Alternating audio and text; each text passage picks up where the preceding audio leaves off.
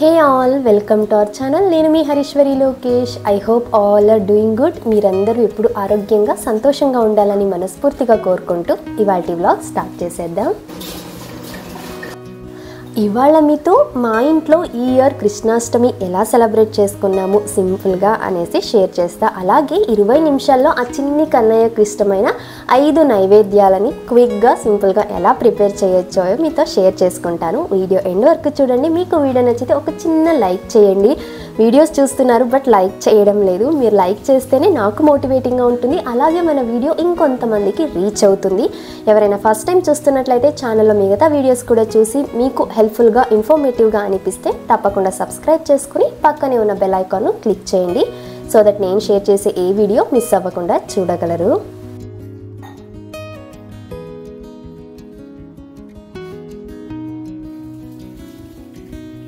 ఆ చిన్ని కృష్ణుడికి అటుకులతో చేసే ఏ నైవేద్యం అన్నా చాలా ఇష్టము. సో నేను ఇవాళ దానికోసము 2 కప్పుల గట్టి అటుకుల్ని 2-3 సార్లు వాష్ చేసి వాటర్ వేసి కొద్దిగా ఒక 10 నిమిషాలు సోక్ చేసి పెడుతున్నాను. సో దట్ బాగా మెత్తగా అవుతాయని. ఈ నైవేద్యాలకి పేపర్ అటుకులు కన్నా కూడా గట్టి అటుకులు వాడితే మంచిది. కొంచెం పొడి పొడిగా వస్తుంది, బాగుంటుంది కూడా. ఈ అటుకులు నానేలోగా అటుకుల లడ్డు చేయడానికి నేను ఇంకొక కడాయిలో రెడ్ రైస్తో చేసిన అటుకులు ఒక 1 కప్ తీసుకుని లో ఫ్లేమ్లో దోరగా వేయించుకుంటున్నా. అటుకులు మనము నలిపితే బాగా పొడి పొడి అవ్వాలి. ఆ రేంజ్కి అంత క్రిస్పీగా అయ్యేంత వరకు వేయించి పక్కన పెట్టుకోవాలి. ఇప్పుడు అదే కడాయిలో ఒక 1/2 కప్ పల్లీల్ని కూడా వేసి దోరగా వేయించుకోవాలి. ఇవి 2 కూడా చల్లగవ్వడానికి పక్కన పెట్టేసుకుందాం లడ్డు చేయడానికి. మొదటిగా నేను అటుకుల పొంగలి చేస్తున్నాను. ఈ అటుకుల పొంగలి వచ్చేసి కృష్ణాష్టమికి అని కాదు, మనము వినాయక చవితికి కూడా చేయొచ్చు. ఆ బుజ్జి గణపతికి కూడా అటుకుల పొంగలి అంటే చాలా ఇష్టం. దీనికోసం ప్యాన్లో ఒక 1/4 కప్ బెల్లం వేస్తున్నాను. మీరు స్వీట్నెస్కి అకార్డింగ్గా బెల్లం అడ్జస్ట్ చేసుకోవచ్చు. మా ఇంట్లో కొంచెం తీపి తక్కువే తింటాము. అందులో ఇది ఆర్గానిక్ బెల్లం, కొంచెం తీపి తక్కువగానే ఉంటుంది. ఈ బెల్లం వేసాక ఒక 1/2 గ్లాస్ వాటర్ వేసి ఈ బెల్లం అంతా బాగా కరిగేంత వరకు ఉడికించుకోవాలి. అలాగే ఇందులోకి ఒక యాలకులు వేస్తున్నాను. మీ దగ్గర యాలకుల పొడి ఉన్నా కూడా అది వేసుకోవచ్చు.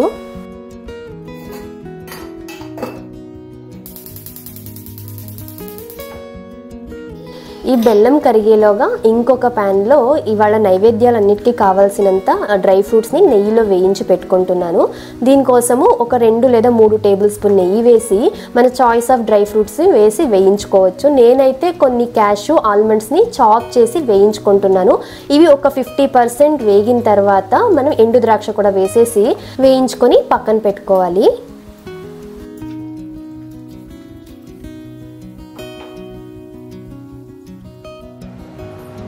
ఈలోగా బెల్లం కూడా కరిగిపోయింది. మనం అటుకులు నానబెట్టుకున్నాం కదా, ఇందులోంచి 1/2 ఆఫ్ ద పోర్షన్ ఈ అటుకుల పొంగలికి వేస్తున్నాను. ఈ బెల్లం కరిగేటప్పుడే మనం కొంచెం పచ్చి కొబ్బరి కూడా వేయొచ్చు. టేస్ట్ చాలా బాగుంటుంది. కాకపోతే ఇంట్లో అందరికీ కోల్డ్ కాఫ్ ఉంది. పచ్చి కొబ్బరి తింటే ఇంకొంచెం కఫం ఎక్కువ అవుతుంది అనేసి నేను వేయడం లేదు, స్కిప్ చేశాను. ఇలా అటుకులు వేసాక అంతా బాగా మిక్స్ చేసుకుని ఒక 5 మినిట్స్ కుక్ చేసుకుంటే ఈ అటుకులు ఆ బెల్లం వాటర్లో అంతా ప్రాపర్గా కుక్ అయిపోతాయి. ఫైనల్గా మనము డ్రై రోస్ట్ చేసుకున్నాం కదా, ఈ డ్రై ఫ్రూట్స్ ఇందులోంచి కొద్దిగా యాడ్ చేసేసి అంతా మిక్స్ చేసేసుకుంటే ఇంతే చాలా సింపుల్గా అటుకుల పొంగలి అయితే రెడీ.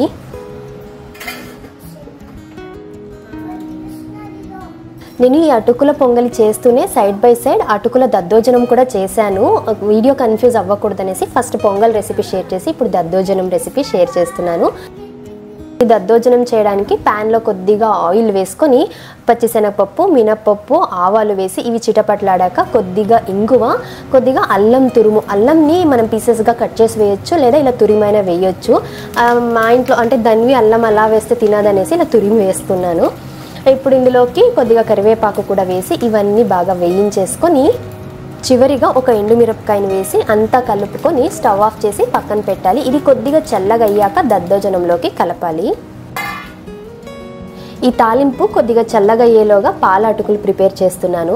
మనం నానబెట్టుకున్న అటుకులు ఉన్నాయి కదా, ఇందులో సగభాగం పాల అటుకులకి, ఈ మిగిలింది సగభాగం అటుకుల దద్దోజనానికి అనేసి పెట్టేశాను. ఇప్పుడు ఈ పాల అటుకులు చేయడానికి అటుకుల్లోకి కొద్దిగా పాలు కాంచి చల్లార్చిన పాలను వేస్తున్నాను. పాలు కొద్దిగా ఎక్కువే పడతాయి, ఎందుకంటే అటుకులు త్వరగా పీల్ చేసుకొని గట్టిగా అయిపోతాయి.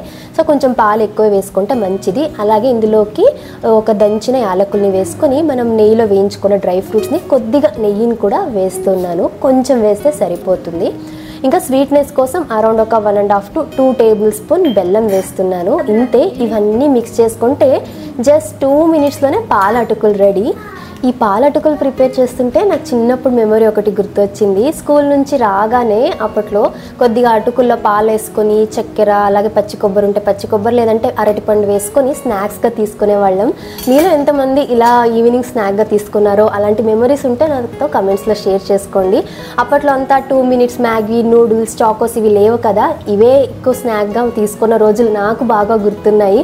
ఇంతే. పాల అటుకులు అయితే రెడీ. పక్కన పెట్టేసి ఇంకా అటుకుల దద్దోజనానికి మిగిలిన అటుకుల్లో 1 cup గట్టి పెరుగు వేసుకొని ఇంకా కావాల్సినంత వాటర్ యాడ్ చేసుకుంటూ రుచికి సరిపడినంత ఉప్పు వేసి కలుపుకోవాలి. ఈ అటుకులు బాగా పీల్ చేసుకుంటాయి కాబట్టి ఇందులో కూడా కొంచెం వాటర్ ఎక్కువ వేసుకోవాలి. ఇదంతా కలుపుకున్నాక ఫైనల్గా ఈ చల్లగైన తాలింపును కూడా వేసేసి అంతా మిక్స్ చేసేసుకుంటే అటుకుల దద్దోజనం అయితే రెడీ. ఇంతే సింపుల్గా ఒక్కసారి అటుకులు నానబెట్టుకున్నామంటే వితిన్ 10 minutesలో సింపుల్గా క్విక్గా 3 రకాల నైవేద్యాలు అయితే చేసేయచ్చు.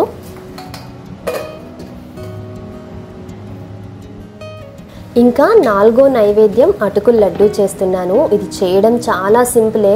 ఇంట్లో చిన్నపిల్లలు ఉన్నప్పుడు వాళ్ళకి ఇలా చేసి ఇచ్చామనుకోండి, ఇష్టంగా తినేస్తారు. అందులో నేను రెడ్ అటుకులు వాడుతున్నాను కదా, హెల్త్కి చాలా మంచిది. పల్లీలు వేసింటాము, డ్రై ఫ్రూట్స్ వేస్తాం కదా, చాలా కమ్మగా ఉంటుంది. ఒక మిక్సీ జార్లోకి ఫస్ట్ ఒక యాలకుల్ని వేసుకొని మనం ముందుగా డ్రై రోస్ట్ చేసి పెట్టుకున్న అటుకులు, పల్లీల్ని కూడా వేసి ఫైన్ పౌడర్ లాగా గ్రైండ్ చేసి తీసుకోవాలి.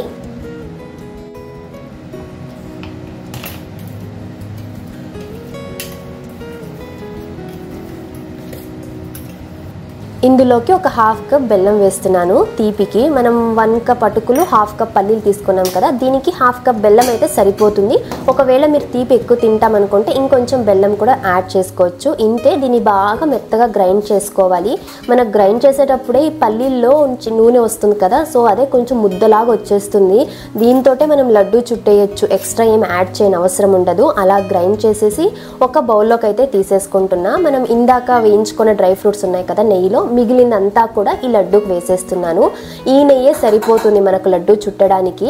ఒకవేళ ఇంకా పొడి పొడిగా ఉంది అంటే ఇంకొంచెం వేడి చేసిన నెయ్యి వేసుకోవచ్చు. లేదు అంటే కాంచి చల్లార్చిన పాలను కూడా వేసుకుంటూ లడ్డూలాగా చుట్టొచ్చు. ఏమంటే మనకు పాలు యాడ్ చేసామంటే జస్ట్ 4 to 5 days స్టోర్ చేసుకోగలం అంతే. పాలు వేయకోకుండా ఉత్త నెయ్యితోనే చేసామంటే 15 days వరకు కూడా బయటే స్టోర్ చేయొచ్చు, బాగుంటాయి. ఇంతే. ఇవన్నీ మిక్స్ చేసేసుకొని ఇంకా లడ్డూలాగా చుట్టేయడమే. ఇలా సింపుల్గా లడ్డు అయితే రెడీ. ఇంకా 5వ నైవేద్యం వచ్చేసి మీగడ ఉన్న పాలు. కృష్ణుడికి మీగడ, పాలు, వెన్న అంటే చాలా ఇష్టం కదా. మనం ఓన్లీ మీగడ పెట్టొచ్చు, లేదా పాలు, మీగడ, లేదా వెన్న కూడా పెట్టొచ్చు. ఇంతే. సింపుల్గా ఒక 15 to 20 minutesలో 5 రకాల నైవేద్యాలు అయితే రెడీ. ఎవరైనా బిజీ మామ్స్ ఉన్నారు, వర్కింగ్ మామ్స్, లేకపోతే ఇంకా వంటలు రావు మాకు అనేవాళ్ళు కూడా ఇలా సింపుల్గా నైవేద్యాలు అయితే చేసి హ్యాపీగా పూజ చేసుకోవచ్చు. ఇక నైవేద్యం చేయడం అయిపోయాక సింపుల్గా డెకరేషన్ అయితే చేస్తున్నాము. మా ఇంట్లో పూజా రూమ్ చిన్నగా ఉంటుంది కదా, అక్కడ నైవేద్యాలు పెట్టడానికి అంతా ప్లేస్ సరిపోదనేసి ఇక్కడ ఈ టీవీ యూనిట్ కింద అయితే డెకరేట్ చేస్తున్నాము.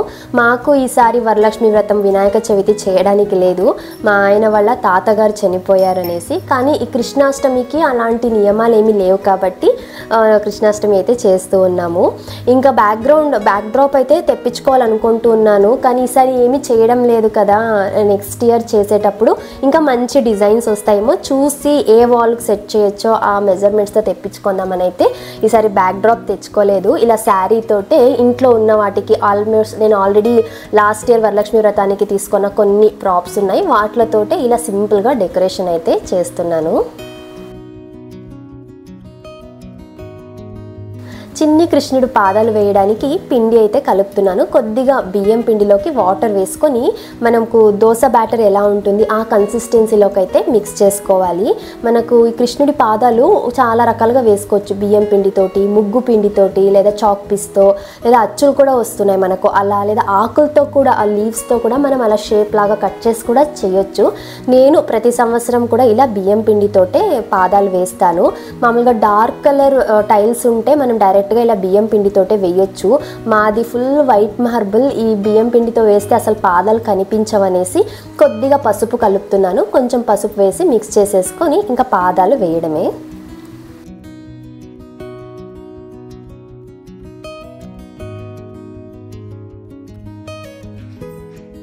ఇలా చిన్ని కృష్ణుడి బుజ్జి బుజ్జి అడుగులు వేసేసాక పసుపు కుంకుమ పెట్టేస్తున్నాను. నాకు టఫెస్ట్ పార్ట్ అనిపించింది ఏంటో తెలుసా, ఇంట్లో టాడ్లర్స్ ఉన్నప్పుడు అందులో 3 years దాటిన పిల్లలు ఉన్నారంటే వాళ్ళొక పెద్ద క్వశ్చన్ బ్యాంక్ లాగా ఏం చేసినా ఎందుకు ఏమిటి క్వశ్చన్ మార్క్ తోటే స్టార్ట్ అవుతుంది. ఇవాళ మార్నింగ్ నుంచి కూడా ధన్వికి ఎందుకు చేస్తున్నాం ఇదంతా అని ఎన్నిసార్లు రిపీటెడ్గా చెప్పింటానో బట్ స్టిల్ అడుగుతూనే ఉంటుంది. కృష్ణుడి స్టోరీ అంతా చెప్పాను, ఈ అడుగులు ఎందుకు వేస్తున్నాము ఏంటి ఇవన్నీ చెప్పాక ఫైనల్గా ఏం అడిగిందో తెలుసా, అమ్మ నిజంగానే మన ఇంటికి వాళ్ళ బేబీ కృష్ణ వస్తారా, అయితే డోర్ ఓపెన్ చేసి పెట్టు, ఆ బేబీకి నేను పాలు తాపిస్తాను, ఆ బేబీకి నేను ఫుడ్ అంతా తినిపిస్తాను, ప్రసాదాలన్నీ తినిపిస్తాను అనేసి. పూజ అంతా అయిపోయాక ఎందుకమ్మా ఇంకా మన ఇంటికి చిన్ని కృష్ణుడు రాలేదు, అడుగులు వేసావు కదా, సరే నన్నే నడవమంటావా దీంట్లో, నేనే చిన్ని కృష్ణుడిని అని ఇలా చెప్తూ పోతే చాలా ఉంది తన లిస్ట్. జోక్స్ అపార్ట్ ఇదొకలాంటి క్యూట్ స్టేజ్ అనమాట. వాళ్ళు క్వశ్చన్స్ అడుగుతూనే ఉంటారు. మనకు సమ్ టైమ్స్ ఫ్రస్ట్రేటింగ్గా అనిపించినా కూడా ఇవన్నీ ఒక గుడ్ మెమరీస్. మనం విసుకోకుండా వాళ్ళకు చెప్పడమే. పెద్దవాళ్ళకి ఎంతవరకు గుర్తుంటుందో తెలియదు కానీ మనకైతే ఇవన్నీ కూడా లైఫ్ టైం మెమరీస్.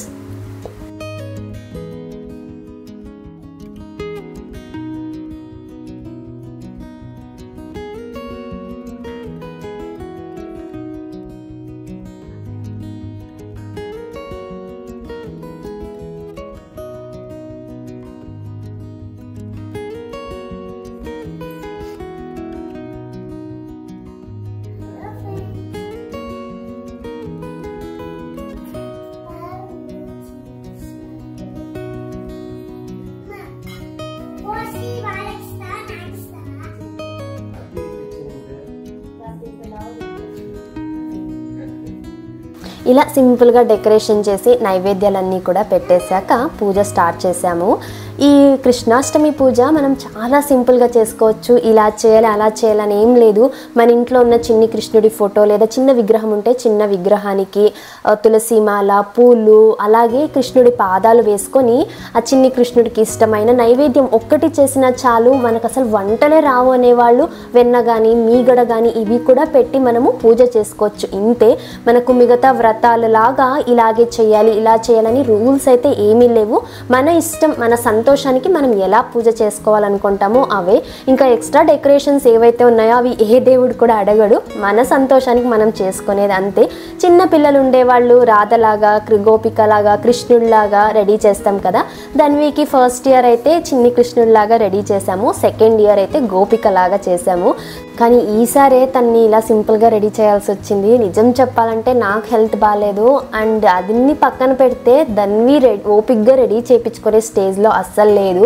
నేను ఒక పక్క రెడీ చేస్తే తను ఒక పక్క ఎగురుతుంది, అంత యాక్టివ్ స్టేజ్లో ఉంది. సో ఇలాంటప్పుడు నేనంత రిస్క్ తీసుకోలేను.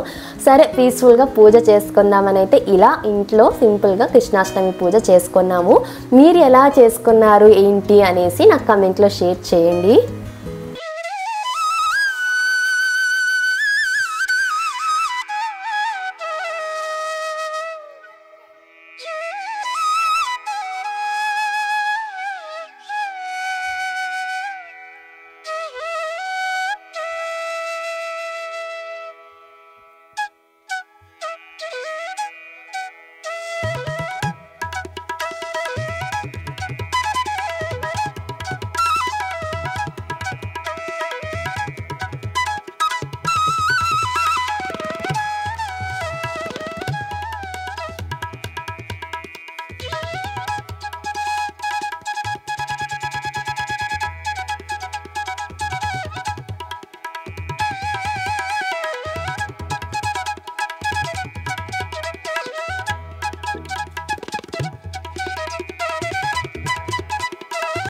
సో ఇది ఈ ఇయర్ మా కృష్ణాష్టమి వ్లాగ్ అయితే. ఆ చిన్ని కన్నయ్య మీ అందరికీ మంచి ఆరోగ్యం, సంతోషం, సక్సెస్ని ఇవ్వాలని మనస్ఫూర్తిగా కోరుకుంటూ ఈ వ్లాగ్ ఇక్కడితోనే ఎండ్ చేస్తున్నాను. మీకు వీడియో నచ్చితే ఒక చిన్న లైక్ చేయండి. మీ లైకే నాకు మోటివేషన్. కలుద్దాం మరొక యూస్ఫుల్ అండ్ ఇన్ఫర్మేటివ్ వీడియోతో. Thank you for watching. Have a nice day. Bye.